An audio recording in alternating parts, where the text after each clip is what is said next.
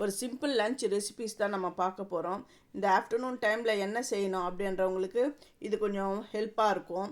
இது எப்படின்றதை பார்க்கலாம். ஃபஸ்ட்டு நான் ஒரு கடாய் எடுத்திருக்கேன். ஒரு சின்ன எலுமிச்சங்காய் அளவுக்கு புளியை ஊற போட்டிருக்கேன். இப்போ நல்லெண்ணெய் கடாயில் விட்டுருக்கேன். கடுகு, வெந்தயம். இந்த கடுகு பொரிஞ்சிடுது, வெந்தயம் செவந்துடுது. இந்த டைமில் கருவேப்பிலையும் பூண்டு ஒரு 10 பல் பூண்டை நான் தட்டி வச்சுருக்கேன், அதை சேர்க்குறேன். பெருங்காயத்தூளும் சேர்த்துட்டு, இது சின்ன வெங்காயத்தை நல்லா உரித்து நான் வச்சுருக்கிறேன். ஒரு 2 கைப்பிடி வெங்காயம் தான் நான் உரிச்சிருக்கிறேன்.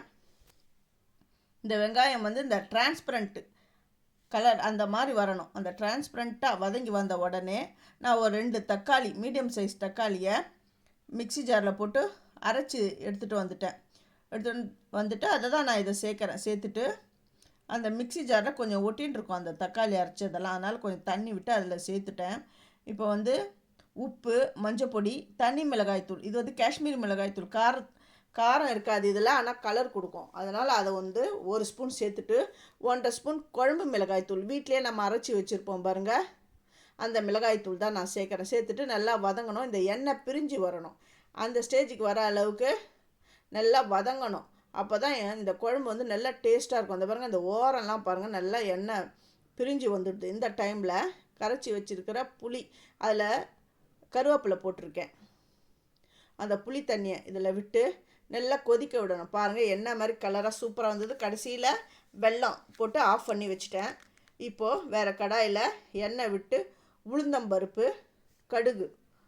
இந்த உளுந்தம்பருப்பு லைட்டாக செவக்கணும். கடுகு பொரிஞ்ச உடனே நம்ம காரத்துக்கு ஏற்ப காஞ்ச மிளகாவை கிள்ளி போட்டுணும். ஒரு 4 காஞ்ச மிளகா நான் கிள்ளி போட்டுட்டேன். ஒரு 5 பல் பூண்டை நான் தட்டிட்டேன்.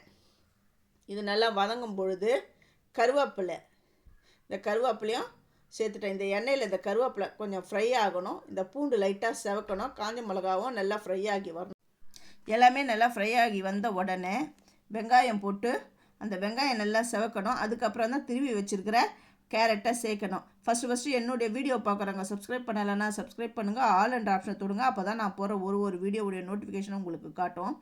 இப்போ அந்த கேரட் துருவல் எல்லாத்தையும் சேர்த்துட்டு இது கூட ஒரு 1/4 கப்பு தண்ணி, 1/4 கப்புன்னா நிறைய விட்டுடாதீங்க, ஒரு டம்ளர் அளவு, 1/4 டம்ளர் சேர்த்துட்டு தண்ணி சேர்க்கணும். ஏன்னா அப்போ தான் நல்லா வேகும், துருவி வச்சுக்கிற கேரட் வேகணும். இப்போ தேவையான அளவு நல்லா வதக்கிட்டு அப்புறமா நீங்கள் உப்பு சேருங்க.